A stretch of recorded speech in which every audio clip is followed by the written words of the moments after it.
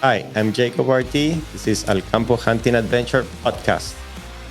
This episode, I have a special guest. I know him and his family for so long, maybe over 20 years. And I'm glad that he's here. But I don't want to say more about it.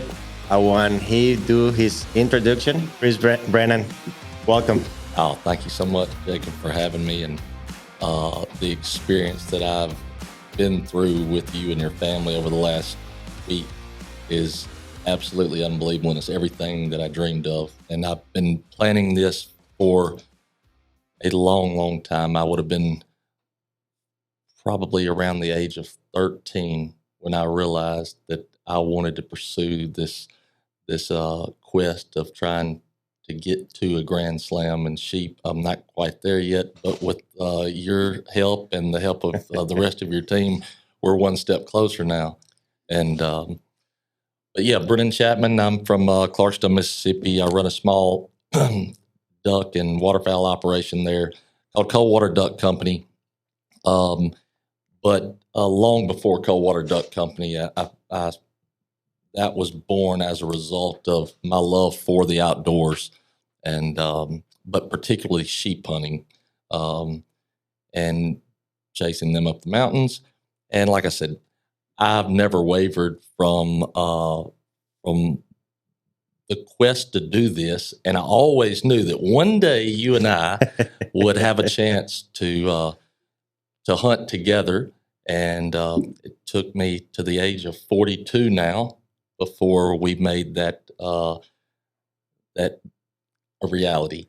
Anyway, Yeah, I got too many questions in my mind that you start talking in like, oh, I need to ask this guy. I need to ask Brennan how come a guy from the flats start loving hunting in the mountains? Like for me, I remember exactly what it was. I was I was very young, and I always got to follow my dad around. I was truly the beneficiary of being his best friend growing up. He loved hunting. He would take me with him. And one of probably the fondest memory I have was in Alaska on a Dall sheep hunt. We both had tags. It wasn't our goal, obviously, was to try to take 2 Dall sheep. We didn't know that was going to happen. We were in the Alaska Range Mountains, and it was a backpack style hunt. mm-hmm. We went into the mountains, and that is where I experienced it for the first time. And the experience that I'm talking about is when we flew in, we get dropped off in the middle of the Alaska Range Mountains, and we're there for 10 days. And you're eating dry food, as everybody knows, and you're, scavenging around, Yeah. trying to get enough calories in your body because you're constantly burning through those. And at the end, everything culminated into the last hour of the hunt. It truly did. And that was what was magical for me. We topped the last ridge on the mountain. It was getting late, and we had to start working our way back to base camp. My dad and I were both able to take a really nice ram at the same time, Mm-hmm. in that same bottom on top of that mountain. And it wasn't until the hike back, and it took 10 hours to make that hike back to base camp. And at that age, I was undersized, just a Mm-hmm. string bean. And I remember falling over in the tundra face first, and my body had given out, and I said, that's it. I just want to stay here. And I remember my daddy said, no, you have to get up. You're going to die. You got to get up and keep going. Get up. And at that moment, everything around me, I was wanting to give up, but I also wanted to get back and be able to share that experience with my friends and all. But it didn't connect with me until I did get up. I made it back to base camp that early the next morning. And once it all began to sink in, and I realized that I overcame something that was so challenging, especially for somebody that was undersized like I was, and I really wasn't built for that type of hunt at that age yet. And I did it, and it was like, man, I'm capable of doing so much more than what I thought I could do. Mm-hmm. And it was a rush, and I personally, I wanted to pursue that. I wanted to feel that again, and because it was so difficult. And that is what I'm drawn to in the sheep hunting arena, is that it is such a challenge. Sure, where I live, it is flat land. Everybody can go out and go deer hunting, and the sport is open to people of all ages, whether you're disabled or not. But there's something special about sheep hunting, and it's albeit it is a costly hobby, but it's something that I work for every single day, and it is such a challenge, and it's all I think about, and I'm driven by it. And every time I get to do what we just did together, Yeah. I'm constantly reminded is I've got to work harder so that I can go and do this again. And anyway, so what a blessing it is to have gotten to experience this again. And I got to do it with my son right alongside me, who is my new cameraman. Yeah, that's pretty cool. Yeah, well, definitely you got that from in the early years, no? So that's really, really nice. And before we go to a deepest detail about this hunt, like it happened to me all the time. Like, hey, people ask me, hey, Jacob, why do you hunt? How you become a hunter? Is it a sport? Is it a passion? What it is, So my only answer is, hey, that's my way of life. That's my life. Is I born doing this. I'm born in a hunting business that my dad started, and it. So I'm a hunter since I remember. So that's the way I live, and it's a beautiful way to know the world, to travel, to see other places that as simple tourists they don't visit, and it's wonderful how to live that experience, and then like you said, put that challenge and know that you're able or capable to do it, like, hey, you go back home and start thinking, hey, those big mountains, when you go there, they are so impressive, and by the time that you realize you're on top of them, like, wow. Oh, 100%. A lot of times, I don't know if you feel the same way about it, but a lot of times I appreciate the hunt regardless of what we're doing, whether we're sheep hunting, we're hunting wild turkey or ducks, whatever. You don't fully appreciate it until you're back home, back in the routine of your everyday life, and then you think back for a second and say, my goodness, that was a magical experience, and what can I do to get there? And so again, we come back to what we were discussing moments ago, and but what we did here over the last several days was truly terrific. And just to recap, this has been something I have known your family for a very long time, and to be able to put this together. Of course, we ran into each other in Nashville at the SCI convention. Yes. Back in February. And I think at that point, getting to see you guys again, because it's not very often that we see each other. And, I realized, like, goodness, it's right around the corner. And so this hunt, however, I will admit, I was less prepared for this hunt than I ever have been from a physical condition standpoint. You were so patient with me. And Reed, I don't ever doubt his abilities. He's able to hike up anything, and if you tell him to run, he'll run. Me, I was sucking wind a little bit. My game plan leading into this hunt, even my wife asked me, she said, "You're not in sheep shape." And I said, I'm going to be fine. I said, we're going to be fine. I said, I'm going to compensate for that by shooting. And I said, I'm going to feel really good. I said, so I'll cut the distance that way. And the downside of that we can talk about that later. Yes.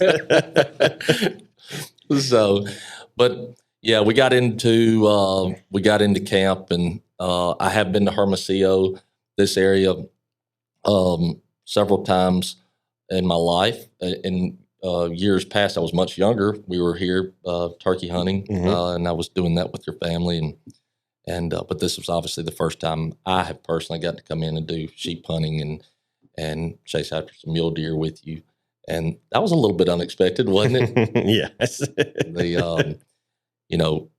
When we set out to do this, I kind of mentioned to you, I said, hey, maybe we'll get a chance to see a quality mule deer. And I said, that would be fun to turn my cameraman Reed at age 13. He just turned 13 here a week and a half ago, to allow him to experience that and be in the action, be behind the rifle.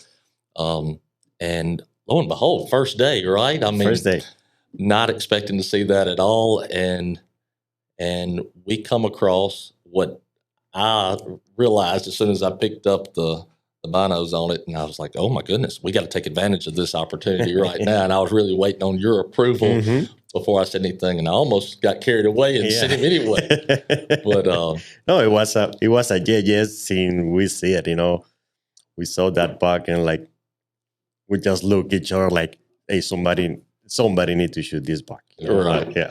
And I'm glad your son did it, and he did a great job. He did. He did a really good job. And that, to me, at that point, you could have ended the hunt.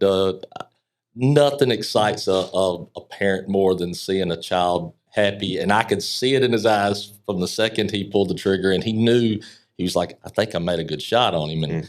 And so that was super exciting for me, and something that I really wasn't 100% expecting. But yep. And the good thing is, and I'm really happy that happened, because we've been managed that area for the last 7 years, and this is the first mule deer that we took from that area.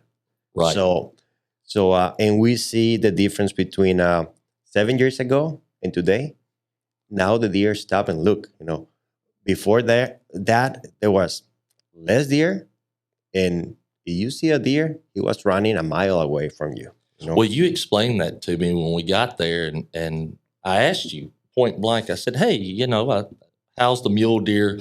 How are your efforts going to try to promote the mule deer in the area and do what's beneficial to them and their habitat? And you had said, Brennan, believe it or not, we have seen some really, really fine bucks in here, and we're just now getting to a point where we feel like our herd is growing at the rate we want to see it at.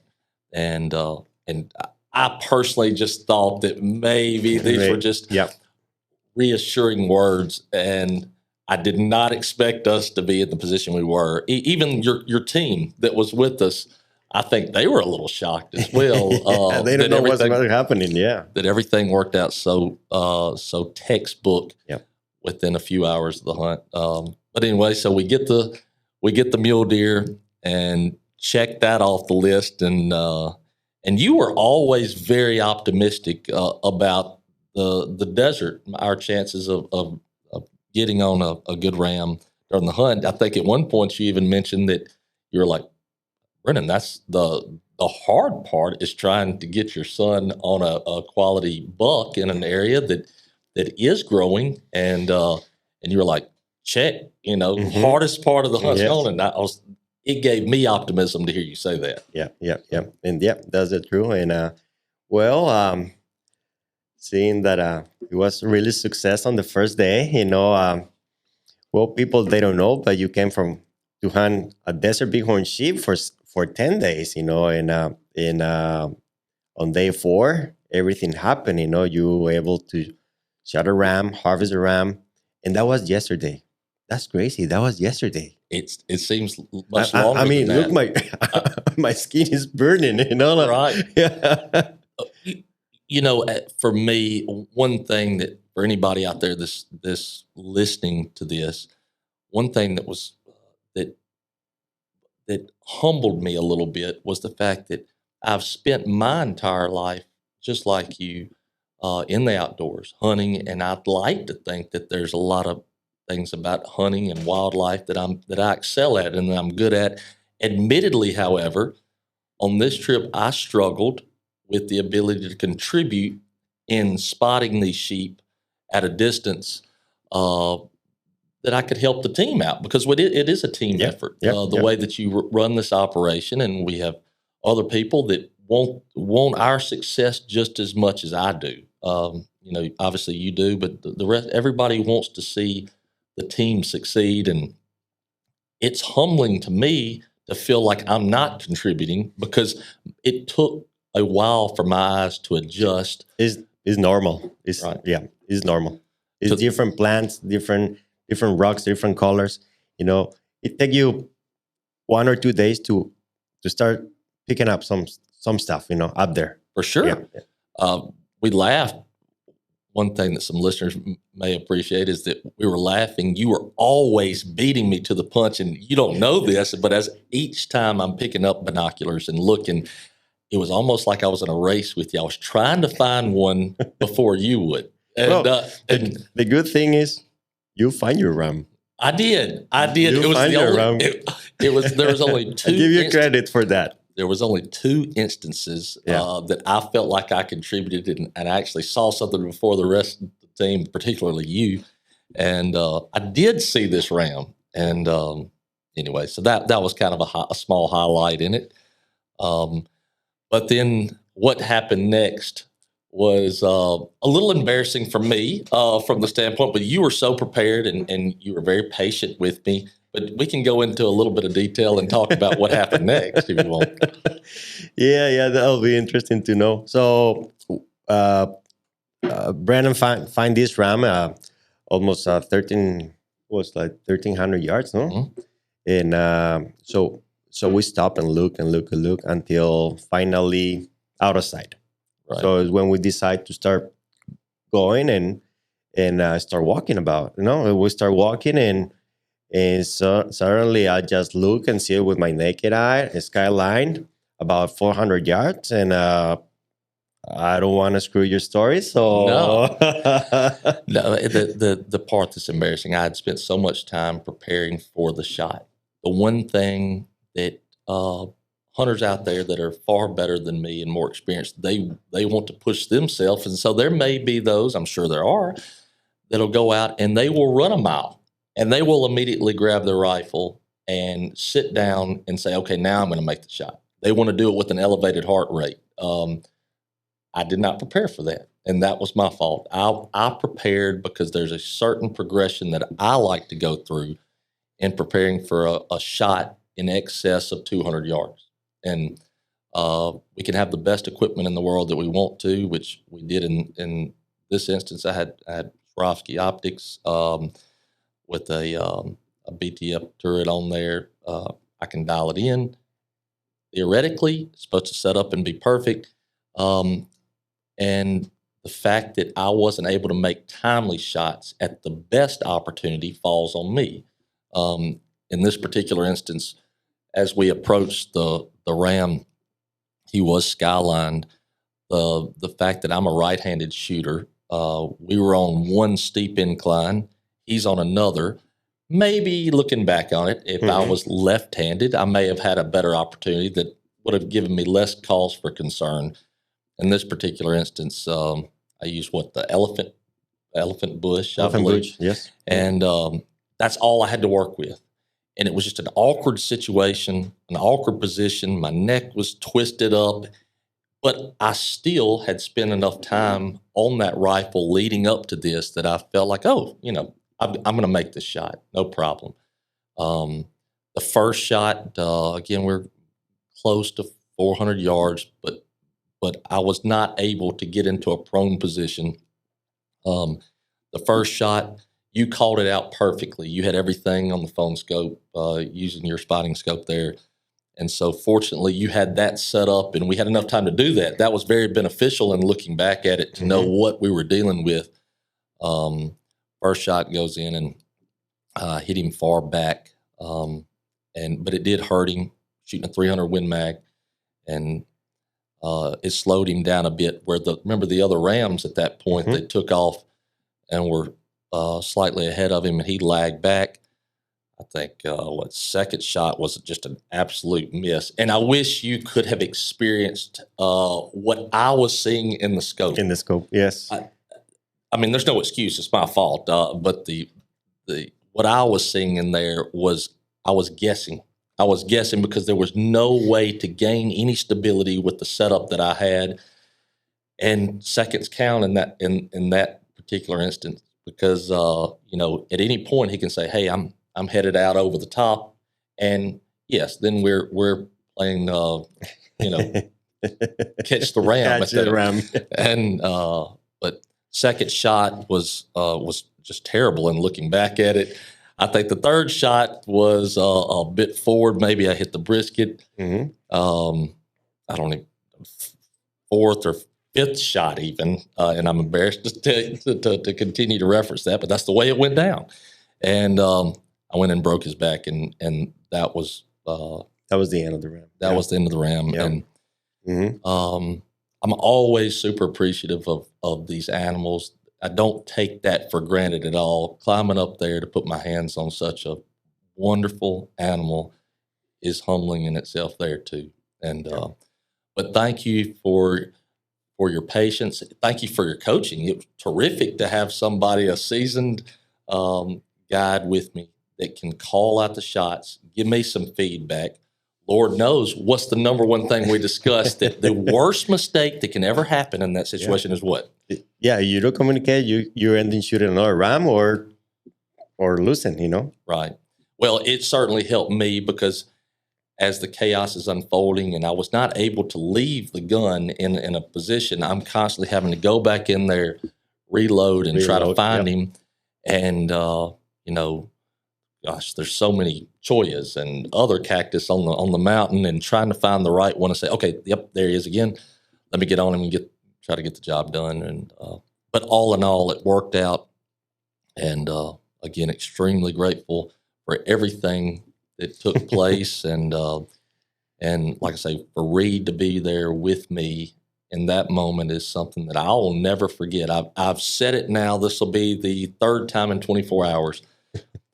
My goal in doing hunts, especially like the one that we just did together, is that I feel like as we get older and people say, oh, well, you remember what you did even 30 days earlier. Mm-hmm. Well, probably not. You may not remember that. It's just a regular mundane day. But if somebody says, oh, do you remember your trip out with Alcampo on the desert sheep hunt? It's such a memorable experience being with you guys that it is ingrained in my brain forever. And I can be 80 years old if I ever am fortunate enough to live that long, and I will always remember every detail of this hunt. And a lot of that has to do with the fact I'm with great people, great friends, and to have my son right there with me was truly special. Yeah, thank you for all that. Well, now that you're sitting here, when you was on your house packing everything, or even when you contract this hunt, what was your expectation? What? I'm going to the desert. I know you know the desert because you've been here before, but you've been hunting in the east on the big mountains for turkeys. Here in the flats is totally different. But what was your expectation? Did it cover your expectation or? Absolutely. But the one thing that I look back on is sometimes when you contract to go out on a big game hunt with somebody, you are taking somewhat of a leap of faith. Especially if you have never hunted with that person or that company before, you don't know what you're going to get until you get there and you start to get a feel for the level of effort that somebody puts into something. How well are they prepared for what's going on? I did not admittedly have any doubts leading up to this hunt.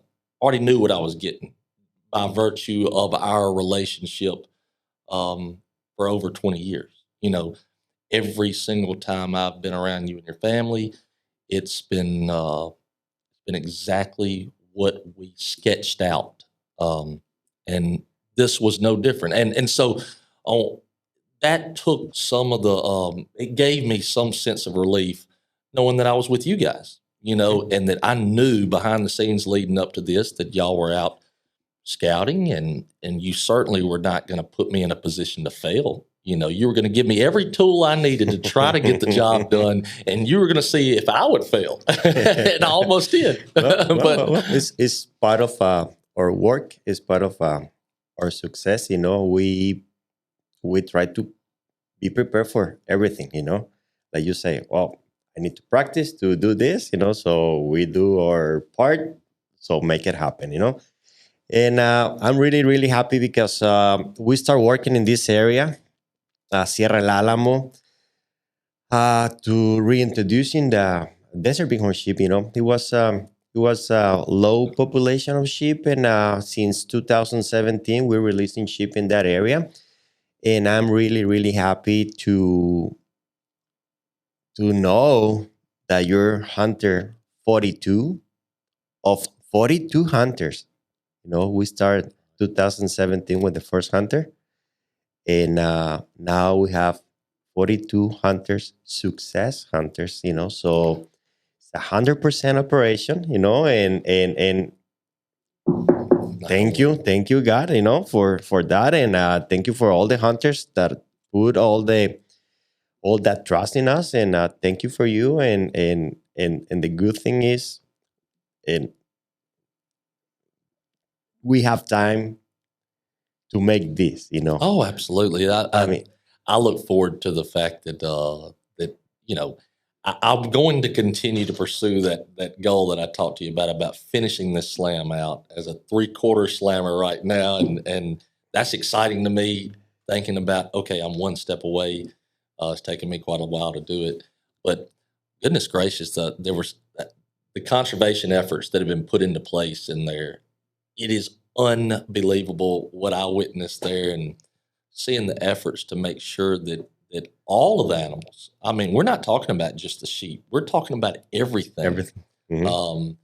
That everything has the tools that they need to survive in an area that can be somewhat unforgiving at times of the year, and yet you guys have really done a ton of work out there, and it shows for sure. Now that you're saying that you're 3/4 slammer, or you have 3 of the 4 North American sheep, I know how you feel, because 40 days ago, I shot my third one too.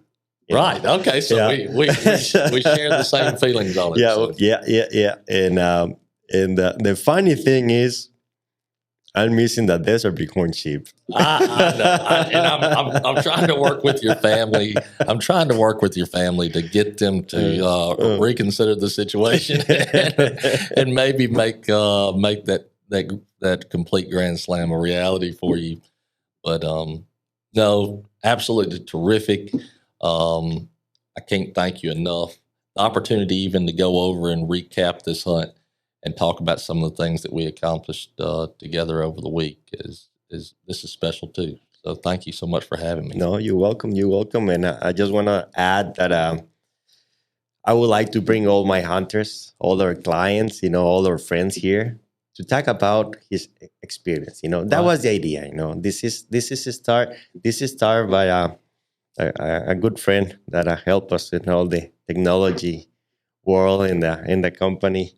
Thank you, Diego, for inviting me to do this. And it's hard sometimes to find the right time. You're flying tomorrow. Right. And you just rebooked your flight today. So it's like, hey, let's go there. Let's stop for 5 minutes, whatever. I think now we have like 30 minutes talking. Right. That's good. Because it's what we love. It's easy to really sit in here and do a little short podcast about something that you and I both share so much passion for. Because all it is just a conversation between two buddies, and we're talking about something that we both love. So super easy to do this, and maybe some of your future clients and hunters will take you up on the offer to be able to sit in this chair and do what we're doing now. Well, I just want to say thank you again, and congratulations for that sheep. And looking forward to more adventures together. Oh, absolutely. Well, thanks again, man. Yeah, you're welcome. All right. I want to invite you, everyone, to follow us in all the platforms in social media: Instagram, Facebook, YouTube, Spotify, and Apple Podcast. See you soon, guys. Estudio D.